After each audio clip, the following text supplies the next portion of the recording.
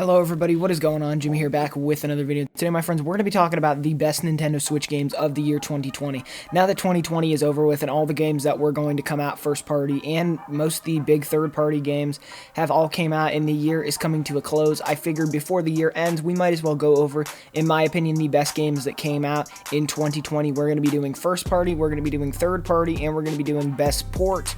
And at the end of it, I'll give you guys my thoughts on which was overall the best game, and we'll discuss. So first of all, I'm going to get third party out of the way here.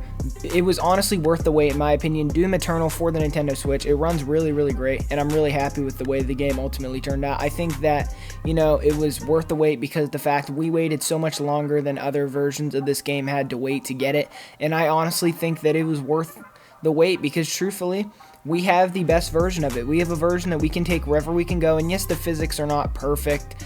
I know a lot of people like Rich of Review Tech USA made a video saying that he thinks that we need a new Nintendo Switch just based off the fact that this game runs so poorly compared to other versions, and yes, it runs poorly, but the geniuses over at Panic Button got Doom Eternal, a game that big, that beautiful, and that expansive to run on a chip that was 2 years old during the time that the Nintendo Switch released, so it's already a 5, almost 6-year-old chip, and they got it running on that, so you have to give them some credit there.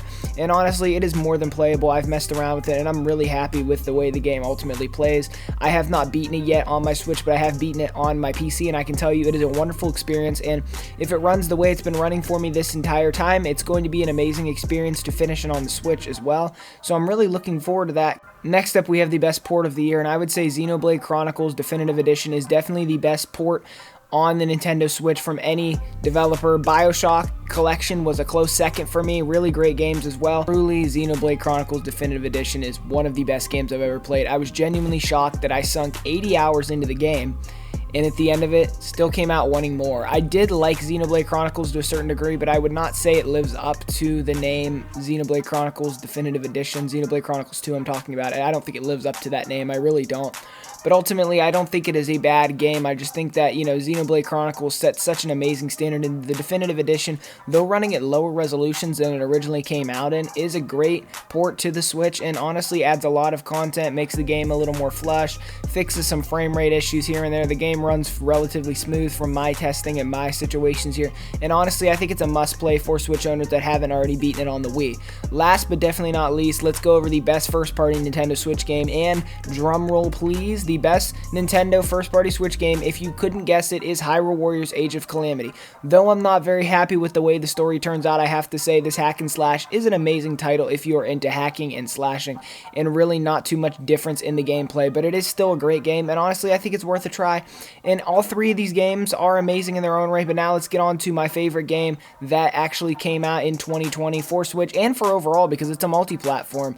I hope I didn't just spoil it for you. Drumroll please, Doom Eternal is the best game on Switch in 2020 and the best game of the year in my opinion for all console and platforms. I absolutely loved it, and I was bummed out when The Last of Us Part 2 did ultimately win, and Animal Crossing is a honorable mention when it comes to the best first-party Nintendo Switch game, but Hyrule Warriors Age of Calamity for me personally is just, it has something that I don't think Animal Crossing does. Even though I did love my experience playing Animal Crossing, and I'm looking forward to any type of updates or things they do to the game, it'd be really fun to live stream it with you guys. As soon as I get my capture card up and running again and different things like that, we will be back to doing stuff like that, but my PlayStation 5 is a built-in capture card, and that's kind of the reason why I haven't had any problems whatsoever live streaming or anything. So those are my thoughts on this. I gave you guys some honorable mentions, and I gave you guys my full thoughts on the best port, the best third party, and the best game on Switch overall that is first party, and everything else. So I hope you have enjoyed this video. If you have, don't forget to drop me a like,